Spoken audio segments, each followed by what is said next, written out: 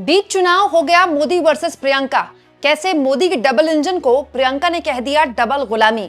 दोस्तों, आज असम विधानसभा चुनाव में दो बड़े दिग्गज अपनी अपनी पार्टियों के लिए वोट मांग रहे थे। खुद प्रधानमंत्री असम के दौरे पर हैं, उन्होंने एक रैली की आज, और उसके बाद प्रियंका ने भी आज असम में रैली की। महत्वपूर्ण यह दोस्तों कि प्रियंका कैंपेन कमेटी की अध्यक्ष भी हैं असम में अपनी पार्टी के लिए।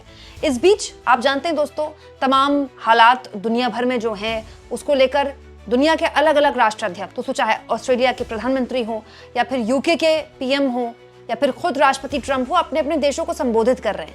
लेकिन प्रधानमंत्री नरेंद्र मोदी असम में चुनावी रैली को संबोधित कर रहे थे और यहां उन्होंने एक आरोप लगाया कांग्रेस के ऊपर, जिस पर जबरदस्त जवाब दिया प्रियंका गांधी ने। पहले मैं आपको सुनाती हूं कि आज मोदी एक तरफ कैसे रैली कर रहे थे और उस रैली का तुरंत जवाब दिया प्रियंका गांधी ने। दोस्तों, प्रियंका गांधी ने इस रैली में पीएम को गुलाम कहा, यह कहते हुए कि ये करते हैं डबल इंजन की बात, लेकिन ये पूरे के पूरे डबल गुलाम हैं। एक दिल्ली के गुलाम है, यानी कि हेमंत बिस्वा शर्मा के लिए उन्होंने बोला कि ये दिल्ली के गुलाम है और एक अमेरिका के गुलाम है। सुनिए। सुबह से शाम काम करती हो, घर जाती हो, खाना पकाती हो, बच्चों की देखभाल करती हो, बच्चों का स्कूल का काम होता है उसमें मदद करती हो, घर की सफाई करती हो, जब सब सो जाते हैं तभी सोती हो। ये समय कहाँ है आपके पास कि आप किसी की रैली में जाके बैठे, किसी के प्रोग्राम में जबरदस्ती बैठे? कहाँ है ये समय आपके पास? ये आपका कीमती समय है जो आपको निकालना पड़ता है जबरदस्ती, इस डर में, इस भय में कि आपको फिर स्कीम नहीं मिलेगी। तो चाहे मोदी जी हैं, चाहे हेमंत बिस्वा शर्मा जी हैं, दोनों सिर्फ अपना स्वार्थ साध रहे हैं। सिर्फ आपके लिए तब काम करते हैं जब उसमें उनका कुछ फायदा दिखता है, और दोनों चाहते हैं कि डरा कर धमका कर इस देश की जनता पर राज करे। यह इस देश की परंपरा नहीं रही है। आजादी की लड़ाई थी, आपकी स्वतंत्रता की लड़ाई थी। डर और भय के लिए लड़ नहीं रहे थे, हम उसके खिलाफ लड़ रहे थे, और आज भी यही हमारी लड़ाई है। आज भी हम चाहते हैं कि असम में एक ऐसी सरकार बने जो आपको डराए नहीं, आपको धमकाए नहीं, आपसे स्वार्थ नहीं साधे, आपकी सेवा करे, आपके लिए ईमानदारी से काम करे, आपकी संस्कृति, आपकी सभ्यता को आगे बढ़ाए और मजबूत बनाए। इन्होंने डबल इंजन की सरकार कहा था कि नहीं? पिछले चुनाव में मोदी जी आते थे, कहते थे हम डबल इंजन की सरकार चलाएंगे, लेकिन इन्होंने डबल गुलामी की सरकार चलाई है।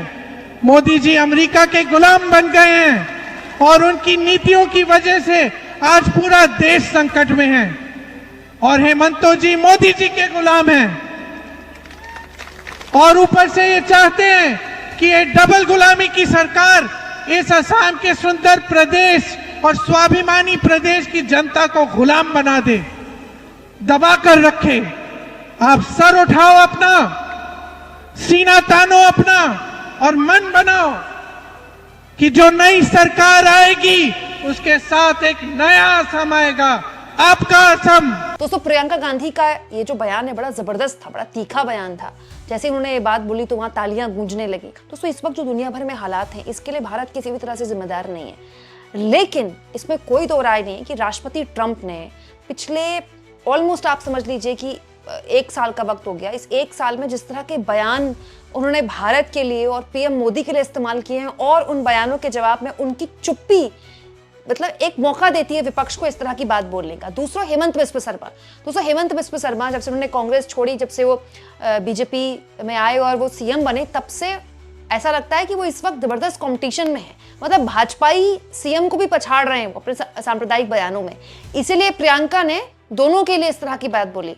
महत्वपूर्ण यह भी है दोस्तों कि एक तरफ प्रियंका नरेंद्र मोदी को घेरने के लिए इंटरनेशनल पॉलिटिक्स का जिक्र कर रही थी राज्य के चुनाव में, वहीं पीएम ने कांग्रेस के लिए वही पुराना राग आलापा, सांप्रदायिकता का। दोस्तों, पीएम ने भी आज रैली की और उन्होंने कहा कि 2014 में जब इनकी सरकार थी तो ये कम्युनल वायलेंस बिल लेकर आए थे, वो तो हमने रोक दिया, नहीं तो अनर्थ हो जाता।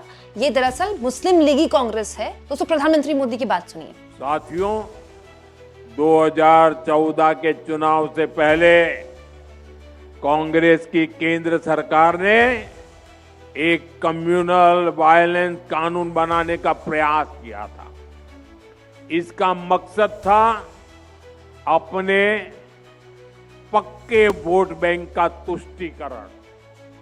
इस बिल में बहुसंख्यकों को दंगे के लिए जिम्मेदार माना गया था। बहुसंख्यक लोग गुनहगार माने गए थे और धार्मिक अल्पसंख्यकों को हमेशा के लिए पीड़ित माना गया था। ये बिल अपने आप में सांप्रदायिक था, इसलिए बीजेपी एनडीए ने संसद में ये कानून नहीं बनने दिया। जी भर के हम लड़ाई लड़े। ये कानून अगर बन जाता और कांग्रेस की सरकार अगर बनी रहती तो देश के बहुसंख्यक समाज का कितना शोषण होता, इसकी आप कल्पना कर सकते हैं। बाबा साहब आंबेडकर ने जो संविधान बनाया, उस संविधान के पीठ पे छुरा भौंकने का एक खेल चल रहा था। साथियों, अब 12 साल बाद कांग्रेस यहां असम में भी उसी तरह का कानून बनाने की घोषणा कर रही है। और ये कोई मेरा आरोप नहीं है, खुद कांग्रेस के नेता खुले आम ये घोषणाएं कर रहे हैं। ये एकदम साफ है कि कांग्रेस अब सत्ता पाने के लिए कुछ भी कर सकती है। अब तो मुस्लिम लीगी माओवादी कांग्रेस बन चुकी है। आजादी से पहले मुस्लिम लीग ने देश को बांटने का खेल खेला, वही काम आज कांग्रेस कर रही है। तो बड़ा सवाल ये दोस्तों कि पीएम इस तरह की बात क्यों बोल रहे हैं, वो भी तब जब असम में पिछले 10 साल से डबल इंजन की सरकार ही चल रही है। असम में दूसरा कार्यकाल है हिमंत बिस्वा शर्मा का।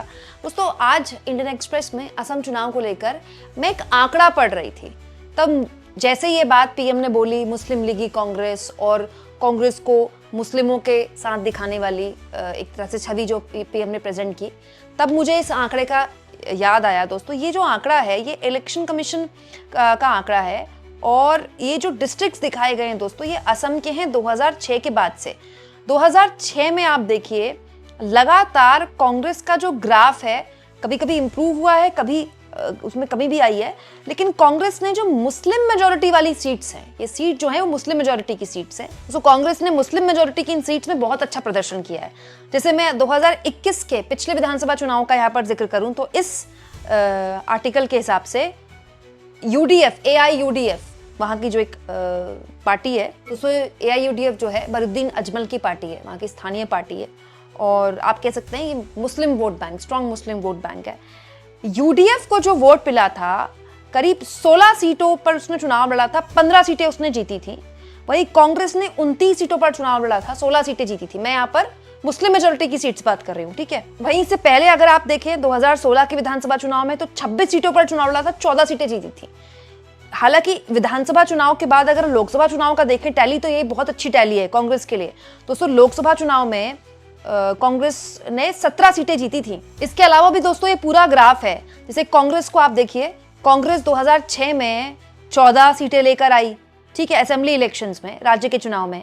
उसके 2011 में 21 सीटें लेकर आई, 2016 में 14 सीटें लेकर आई, 2021 में 16 सीटें लेकर आई। तो कांग्रेस का वहां जो स्थानीय पार्टियां हैं उसकी वजह से लगातार ऊपर नीचे ग्राफ जा रहा है। जैसे वहां पर AIUDF भी सीटें ले रहा है, AGP भी सीटें ले रही है और बीजेपी भी सीटें ले रही है। होता क्या है दोस्तों, जब भी मुस्लिम बाहुल्य सीटों पर वोट पड़ता है और बीजेपी इस तरह का ध्रुवीकरण करती है तो जो हिंदू वोट होता है वो लामबंद हो जाता है। इसी का फायदा बीजेपी को मिलता है और उसका कैंडिडेट जीत जाता है। बिहार में भी ऐसा हुआ, कई सीटों में हुआ और अब कुछ वैसा ही बीजेपी यहाँ भी करना चाहती है। अच्छा, दिलचस्प ये है कि जिस राज्य में बीजेपी की 10 साल से डबल इंजन की सरकार है, दोस्तों उस राज्य में मोदी किसी 2014 से पहले ये किसी बिल का जिक्र करते हैं या फिर घुसपैठियों का जिक्र करते हैं। तब जबकि असम में, राज्य में भी आपकी सरकार है, केंद्र में भी आपकी सरकार है। ये बताता है कि ये जो मुस्लिम मेजोरिटी सीट्स हैं, इसको लेकर बीजेपी चिंतित भी है और चाहती कि किसी भी हाल में इस बार कांग्रेस वहां कुछ अच्छा ना कर पाए। दूसरा, जाहिर सी बात है दोस्तों, कांग्रेस और बीजेपी की सीधी लड़ाई है असम में। हाँ, ये बात सही है कि असम में जो संगठन है वो बहुत कमजोर हो चुका है कांग्रेस का, लेकिन ये बात भी सच है कि असम में कांग्रेस का संगठन अभी भी है और हेमंत बिस्व शर्मा राज्य में कई ऐसे मुद्दे हैं जिसको लेकर वो एंटी इनकम्बेंसी झेल रहे हैं। इसीलिए जो प्रियंका गांधी हैं, वो जब मोदी को निशाने पर लेती हैं तो वो सीएम को भी स्पीच में लेकर आती हैं, और नरेंद्र मोदी जब ऐसी कोई रैली करते हैं तो वो सांप्रदायिकता का जिक्र करते हैं, कांग्रेस का जो मुस्लिम प्रेम है, तुष्टीकरण की राजनीति जो मुस्लिमों के लिए करती है, ये आरोप बीजेपी लगाती है कांग्रेस पर, उसका जिक्र करते हैं। आप इसको किस तरह से लेते हैं दोस्तों? क्या असम में इस बार ऐसी रणनीति चलेगी?